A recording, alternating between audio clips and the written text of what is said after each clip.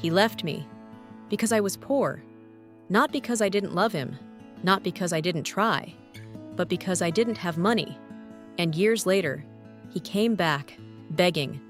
My name is Claire, and this is how it happened. It started when I was 22. I was dating Michael. He was charming, ambitious, and he made me believe we had a future together. But my family wasn't wealthy. I worked 2 part-time jobs just to help pay the bills. Claire, you're always tired, always working. This isn't the life I want. I need someone who can match my lifestyle, not drag me down. Michael, I'm doing everything I can. I thought we were a team. I can't build a future with someone who has nothing. Maybe one day you'll understand. In that moment, it didn't just feel like a breakup. It felt like I wasn't enough. Not enough for him. Not enough for the life he wanted. And just like that, he left me. Because I was poor. I was devastated. Nights were filled with tears, but I didn't have the luxury of collapsing. I still had to survive. There were days I skipped meals just to save money.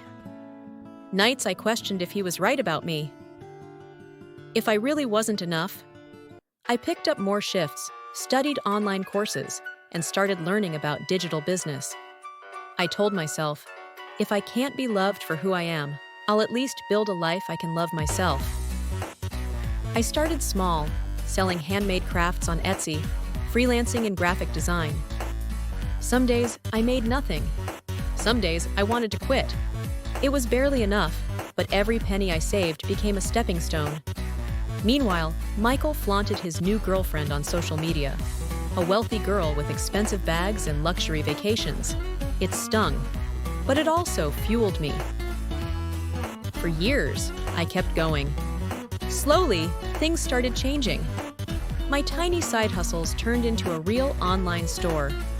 I expanded to Shopify, partnered with suppliers, and soon my little bedroom business was pulling in thousands every month. I reinvested, built a brand, and eventually launched a fashion line. The girl who once counted coins at the grocery store was now a CEO. I moved into a downtown apartment, bought my dream car, and finally, I felt proud of myself. I never thought I'd see him again. But life has a strange way of bringing people back. And then, it happened. At a networking event, I ran into Michael. He was older, but I recognized him instantly. Claire? Wow, you look amazing. It's been years. I've been keeping up with your brand online. You're doing incredible. Thank you. Yes, life has changed a lot since we last spoke. Listen, I know I made mistakes. Back then, I wasn't ready. But seeing you now, I realize I never should have left. I still think about us. Maybe we could... I almost laughed. This was the same man who tossed me aside like I was worthless. And now, after I'd built everything on my own, he wanted to come back? Michael, when I had nothing, you left me. Now that I've built everything, you want to return. But here's the thing, I don't need someone who only loves me when it's convenient. Claire, please, I was stupid. I didn't see your potential. I'm sorry. We can start over. The woman I am today was built from the pain you caused. You didn't lose me when you left. You lost me when I became someone you could never deserve. No, Michael, you don't get a second chance. So thank you for leaving. It was the best thing you ever did for me. And with that, I walked away, leaving him standing there in silence. Today, I run a successful fashion brand with employees around the world.